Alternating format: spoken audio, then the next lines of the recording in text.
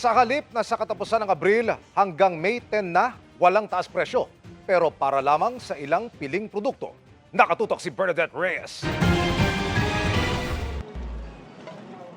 Pinaskilan na ng Suggested Retail Price o SRP Guide ang supermarket na ito sa Kupang Muntinlupa para alam ng mga namimili ang dapat na presyo ng mahigit 200 produkto mula sa iba't ibang brand. Hanggang sa May 10 dapat hindi lumagpas sa presyong yan ang mga nakalista. Kabilang ang ilang dilatang sardinas na dapat hanggang mahigit 21 pesos lang.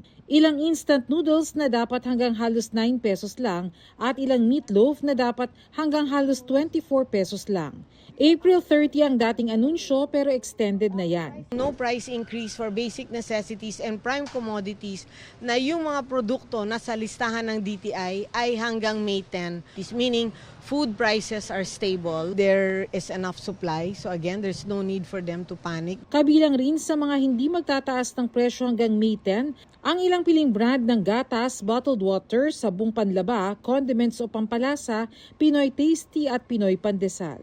Kung wala sa listahan, pwedeng magtaas presyo ng hindi nag-aabiso sa DTI.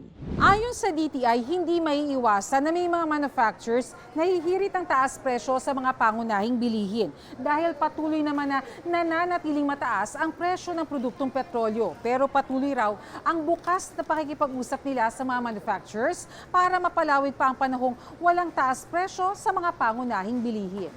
There's always a request, no? But then, nakakaintindi rin naman ng mga manufacturers yung mga needs ng mga consumers. We promise to update the consumers every week and so far we have done this. We hope to keep the prices stable and we really hope to make sure that we give the consumers very good price. Mababa po ang presyo. Sa inspection kanina, mas mura pa naman ang benta sa supermarket na ito kesa sa nakalistang SRP.